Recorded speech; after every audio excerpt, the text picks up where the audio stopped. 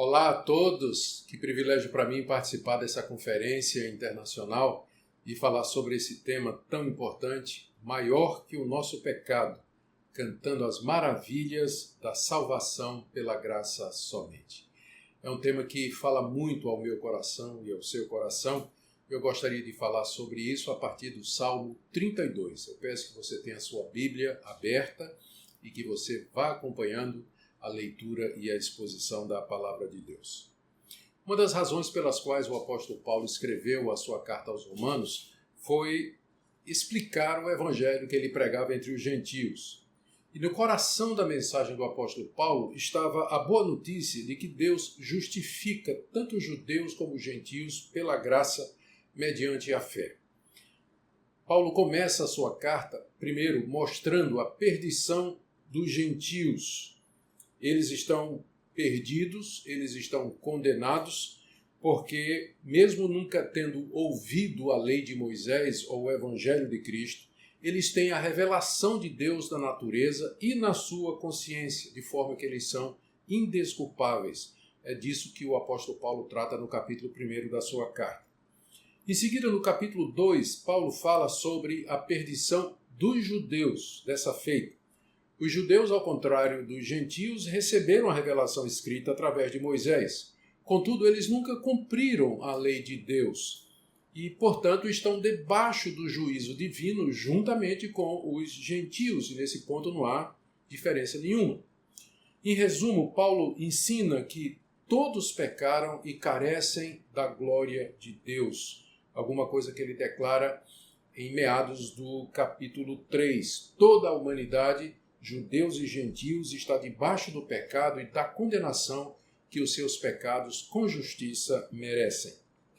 Mas a graça de Deus é maior que o nosso pecado, ensina o apóstolo Paulo ainda no capítulo 3. Porque Deus em Cristo Jesus propõe o perdão de pecados gratuitamente mediante a fé nele. Em Cristo, Deus nos recebe e nos justifica graciosamente, sem distinção a todos aqueles que creem, judeus e gentios. Depois de explicar a perdição de toda a humanidade e a justificação pela fé, mediante a graça bendita do nosso Deus, o apóstolo Paulo, no capítulo 4, cita duas personagens do Antigo Testamento como prova de que a graça de Deus sempre foi maior do que o pecado do seu povo, e que em Cristo nós somos salvos pela fé somente. A primeira personagem é Abraão. Paulo menciona Abraão em Romanos capítulo 4, de 1 a 5, e diz que ele foi justificado pela fé. A segunda personagem que ele cita é o rei Davi, que declara bem-aventurado aquele que é justificado pela fé sem as obras da lei, em Romanos capítulo 4, do verso 6 ao verso 8. Essa citação que o apóstolo Paulo está fazendo aqui do rei Davi, em Romanos capítulo 4, é do Salmo 32, é dos versículos iniciais do Salmo 32, que foi composto pelo rei de Israel para celebrar a graça de Deus, que era maior do que o seu pecado. Um salmo para ser cantado em todas as gerações. Nós não podemos ter certeza absoluta plena da ocasião em que Davi compôs esse salmo. Contudo, embora não haja consenso entre os estudiosos e pesquisadores quanto à ocasião, há motivos convincentes para nós aceitarmos que Davi escreveu esse salmo após haver caído num grave pecado diante de Deus. Durante algum tempo ele endureceu o seu coração e não confessou a Deus a sua iniquidade. Contudo, finalmente ele veio a arrepender-se, reconhecer seu pecado e confessou a Deus o que ele havia feito. E mais uma vez ele experimentou em sua vida a graça de Deus, que era maior do que o seu pecado. Muitos comentaristas acham que esse salmo foi escrito juntamente com o Salmo 51, depois que Davi se arrependeu e foi perdoado do seu adultério com Batseba e de ter mandado matar o marido dela, o soldado Urias. Depois de um tempo de endurecimento, Davi se arrependeu através das palavras do profeta Natã e em profundo estado de lamento, penitência e tristeza, ele escreve esses dois salmos, Salmo 32 e Salmo 51. Davi tinha um propósito ao compor o Salmo 32. Ele é um dos 7 salmos penitenciais que nós encontramos na Bíblia. Salmos penitenciais expressam penitência, quebrantamento e arrependimento do pecador diante de Deus. Esse Salmo 32, de todos os 7 salmos penitenciais, era o favorito de Agostinho e, segundo nós sabemos, ele o tinha escrito ao lado da sua cama. A diferença do Salmo 32 para os outros salmos penitenciais é que ele é o único salmo penitencial que fala da alegria do perdão, a alegria de ter experimentado a graça de Deus depois do arrependimento e da confissão. Todos os demais salmos terminam com a expectativa de receber o perdão, mas o 32 termina com a certeza alegre de que foi perdoado. Trata-se de um masquil, que é um salmo de instrução. O objetivo de Davi era, com esse salmo, ensinar as verdades de Deus através da poesia. Davi queria instruir seu povo quanto à graça, que é maior que o pecado, e que pela fé somente nós recebemos a bem-aventurança do perdão. Não por obras, não por méritos, como interpretou o apóstolo Paulo séculos depois em Romanos capítulo 4, verso 6. Davi queria encorajar seu povo a confessar os pecados a Deus, confiar na graça de Deus a partir da sua própria experiência e cantar essa graça que é maior do que o nosso pecado. O Salmo 32, portanto, foi escrito para ser usado no culto a Deus. Davi havia feito extensas reformas no culto que se prestava a Deus no tabernáculo que estava montado em Jerusalém. Ele introduziu a música como parte do culto, ele criou instrumentos de música, como harpas, liras, símbolos e trombetas, e organizou corais de levitas para ministrarem o louvor, inclusive dividindo-os por vozes. Além disso, Davi compôs muitos salmos para serem cantados no templo, em diversas ocasiões, sob um mestre de canto. Durante os sacrifícios, holocaustos e ofertas pacíficas que eram oferecidos ali no tabernáculo, também se cantava o louvor de Deus. Durante a leitura e a instrução da lei do Senhor pelos sacerdotes e levitas, os corais manifestavam os louvores a Deus, também durante as ações de graças e louvores ao Senhor Deus de Israel. Através desse salmo em particular, o povo de Deus cantava as maravilhas da salvação pela graça somente. Cantavam que a graça era maior do que o pecado deles. Celebravam o Deus que perdoava pecados, com base nos sacrifícios que prefiguravam a Cristo, Cordeiro de Deus, que tira o pecado do mundo. O que Davi cantou no Salmo 32? Em primeiro lugar, ele fala da bem-aventurança daquele que é salvo pela graça somente, nos 2 primeiros versículos que eu vou ler agora. Bem-aventurado aquele cuja transgressão é perdoada, cujo pecado é coberto. Bem-aventurado é aquele a quem o Senhor não atribui iniquidade e em cujo espírito não há engano. Aqui Davi descreve as bênçãos do perdão que ele havia recebido de Deus. Agora, Davi já era um homem bem-aventurado. Ele era rei, ele era rico, ele era poderoso, ele era popular, ele tinha e era tudo aquilo que alguém desejava ter e ser no Antigo Oriente. Contudo, Davi sabia que essas bem-aventuranças, elas não sobrepujavam a maior de todas as felicidades, que era ser perdoado por Deus de seus pecados e transgressões. Sem essa bênção, nada mais valia alguma coisa. Toda a sua riqueza, glória, prestígio, nada disso tinha qualquer valor diante do perdão de pecados. Davi menciona 4 bênçãos daquele que é verdadeiramente feliz aqui nos 2 primeiros versículos do Salmo 32. Primeiro, perdão para as transgressões. Essa é a primeira bênção, está aí no verso 1, bem-aventurado aquele cuja transgressão e perdoada. A segunda bênção é ter o pecado coberto ou apagado, ainda no verso 1, bem-aventurado aquele cujo pecado é coberto, uma referência ao sangue que era derramado e que cobria, por assim dizer, a arca da aliança que estava dentro do propiciatório, embaixo do propiciatório, onde esse sangue era ministrado.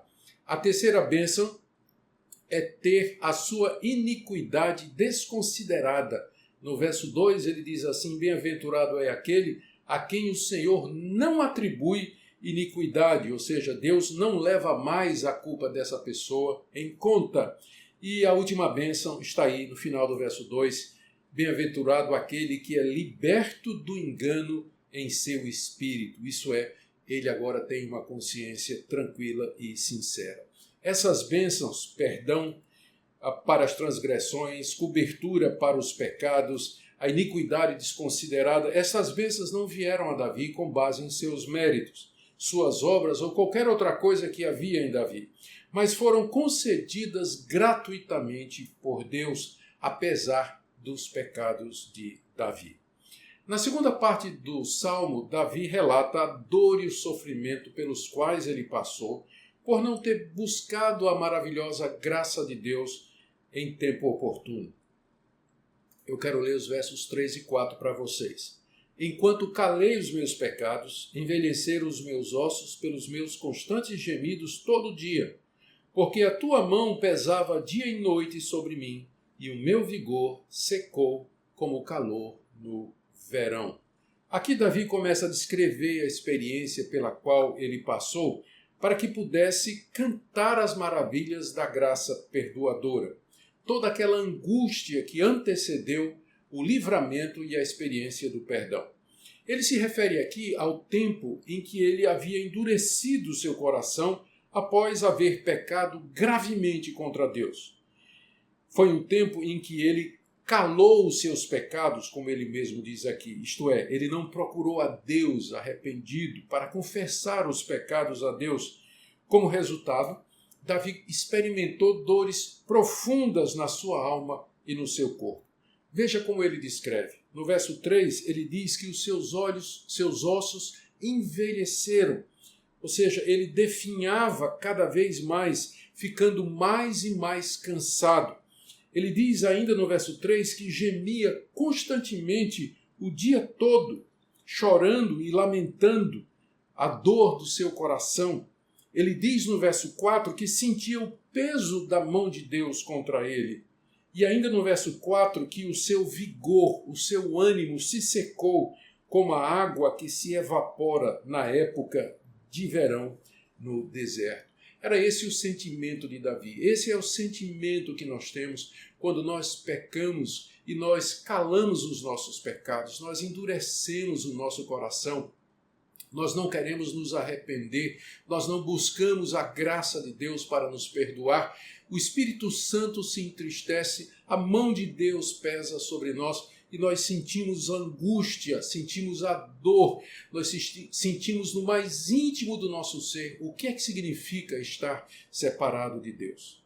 Mas no verso 5, Davi fala do que é que aconteceu, que ele veio novamente a cantar as maravilhas da salvação pela graça somente. O verso 5 diz assim: confessei-te o meu pecado, e a minha iniquidade não mais ocultei. Eu disse, confessarei ao Senhor as minhas transgressões, e tu perdoaste a iniquidade do meu pecado. Por causa da sua graça maravilhosa, Deus mandou o profeta Natã advertir Davi do pecado que ele havia cometido durante aquele tempo em que ele estava endurecido, calando os seus pecados diante de Deus. Natã veio até Davi e disse o que ele havia feito contra Deus, o que ele havia feito contra Batseba e contra Urias. Davi caiu em si, ele reconheceu que havia pecado, ele se arrependeu sinceramente do que havia feito e ele confessou os seus pecados a Deus, ele não escondeu mais absolutamente nada. O que ele diz aqui, no verso 5, confessei-te o meu pecado e minha iniquidade não mais ocultei, corresponde com o que está escrito no segundo livro de Samuel, capítulo 12, verso 13, onde nós temos a história toda. Então Davi disse a Natã: pequei contra o Senhor. E Natã respondeu: também o Senhor perdoou o seu pecado, você não morrerá. Davi escreve: tu perdoaste a iniquidade do meu pecado. Tu perdoaste a iniquidade do meu pecado. Veja como Davi descreve essa experiência. Ele confessou a Deus, ele não mais ocultou, ele parou de tentar encobrir, confessou as transgressões. É claro que Deus sabia o tempo todo o que Davi havia feito, mas significa apenas que havia chegado a hora de Davi confessar abertamente a Deus o que havia feito. E o resultado da confissão foi experimentar o perdão de Deus. Deus não mais o considerava culpado e digno de condenação. Como ele diz no início do Salmo: feliz é aquele cujo pecado é perdoado, feliz aquele cuja iniquidade é coberta. Davi está se referindo à sua própria experiência, como Deus o perdoou, como Deus não levou mais em consideração a sua culpa. E que mudança isso não deve ter operado no coração de Davi. Não mais ossos secos, não mais gemidos e lamentos, não mais o peso da mão de Deus contra ele, mas alegria, exultação pela graça que é maior do que a vida. Em seguida, Davi narra 4 lições que ele tirou do episódio, e para que os seus ouvintes, os seus leitores, para que o seu povo pudesse sempre cantar a graça que é maior que o nosso pecado. A primeira lição que Davi aprendeu e que ele transmite aqui nesse salmo, que é um salmo de instrução, é que nós não devemos demorar em buscar a Deus quando cairmos em pecado. Versos 6 e 7. Sendo assim, todo o que é piedoso te fará súplicas em tempo de te poder encontrar. Com efeito, quando transbordarem muitas águas, não o atingirão. A lição é essa, que nós devemos fazer nossas súplicas a Deus por perdão em tempo de poder encontrar o Senhor. Isso é, antes da hora do juízo, porque a paciência de Deus tem limites. Por isso que o profeta diz: buscai ao Senhor enquanto se pode achar. E isso vai ser de proteção quando vierem as tribulações na forma de grandes ondas de sofrimento, como ele diz no verso 6. Aí então Deus será o nosso esconderijo, verso 7, e ele nos preservará da tribulação, ainda no verso 7. Ele nos cercará com alegres cantos de livramento e cantaremos bem alto os louvores de Deus, as maravilhas da sua graça, que é maior do que o nosso pecado. Essa é a primeira lição, buscar a Deus, não deixar passar tempo. Se você caiu, não endureça o seu coração, busque a Deus e a sua graça. A segunda lição está aí nos versos 8 e 9. Escutar e obedecer ao Senhor. Veja o que diz aqui a palavra de Deus nesses 2 versículos. Aqui já é Deus falando. Eu instruirei Davi e lhe ensinarei o caminho que você deve seguir. E sob as minhas vistas lhe darei conselho. Não sejam como o cavalo ou a mula que não têm entendimento, que são dominados com freios e cabrestos, do contrário, não obedecem a você. Aqui Davi registra a fala de Deus como resposta. Deus promete ensinar e guiar Davi e o seu povo, aí no verso 8. Mas ele requer humildade e submissão, ainda no verso 8. E aqui é feita uma comparação, que vocês não sejam como o cavalo e a mula, que são animais por vezes teimosos e difíceis de guiar, porque se for necessário, Deus vai usar flagelos e cadeias, ou, nas palavras aqui do Salmo, freios e cabrestos, que é o que a gente coloca nos cavalos e nos burros, jumentos e mulas, que costumam ser desobedientes e teimosos. A terceira lição é confiar no Senhor, verso 10. Muitos são os sofrimentos do ímpio, mas o que confia no Senhor, a misericórdia o cercará. A promessa de Deus é que sua misericórdia estará ao nosso redor como um muro de proteção. ao contrário dos ímpios, que nunca se arrependem e nunca buscam a graça que é maior do que o pecado, e que, portanto, experimentam dores e sofrimentos trazidos pela culpa e pelo medo da eternidade. Muitos são os sofrimentos do ímpio, mas o que confia no Senhor, a misericórdia o cercará. E aqui nós chegamos na quarta e última lição que Davi tirou de toda aquela experiência. Só lembrando, em primeiro lugar, não demore a buscar a Deus quando você pecar.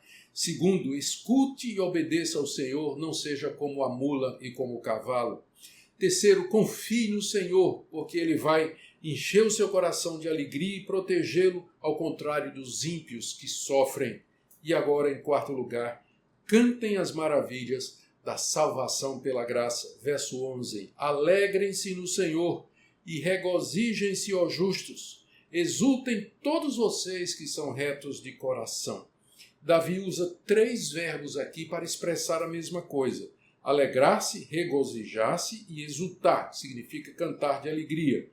E isso tudo por causa da sua graça maravilhosa em perdoar pecadores. Eu quero me concentrar nessa última lição aqui, de que nós devemos cantar essa graça maravilhosa de Deus, que é maior do que o nosso pecado.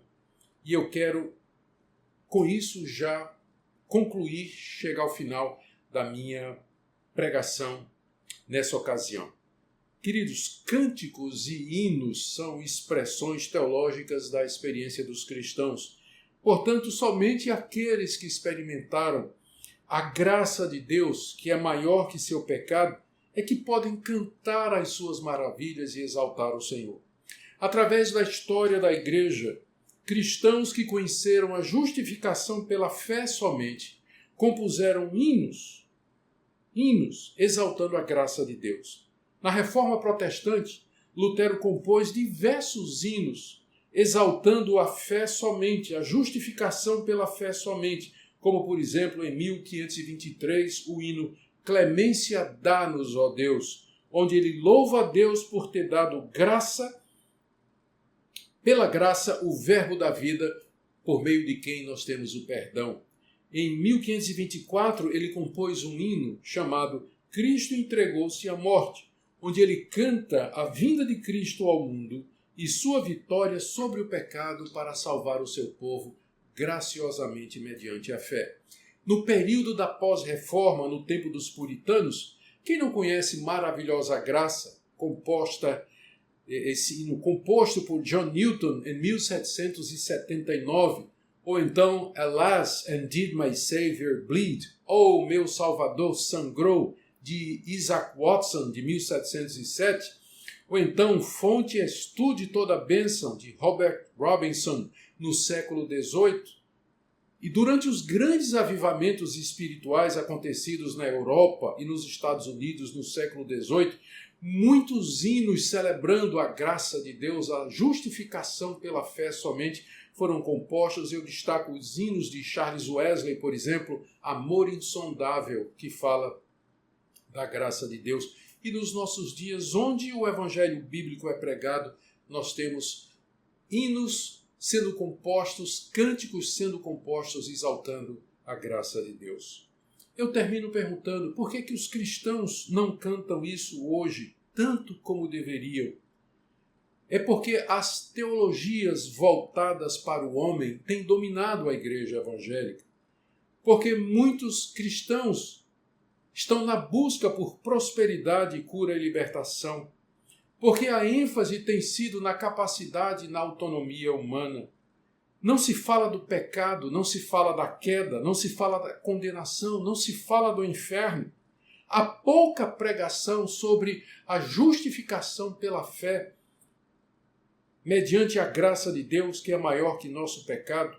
E boa parte dos nossos cânticos reflete esse tipo de teologia centralizada no homem, de autoajuda e em busca de bênçãos materiais.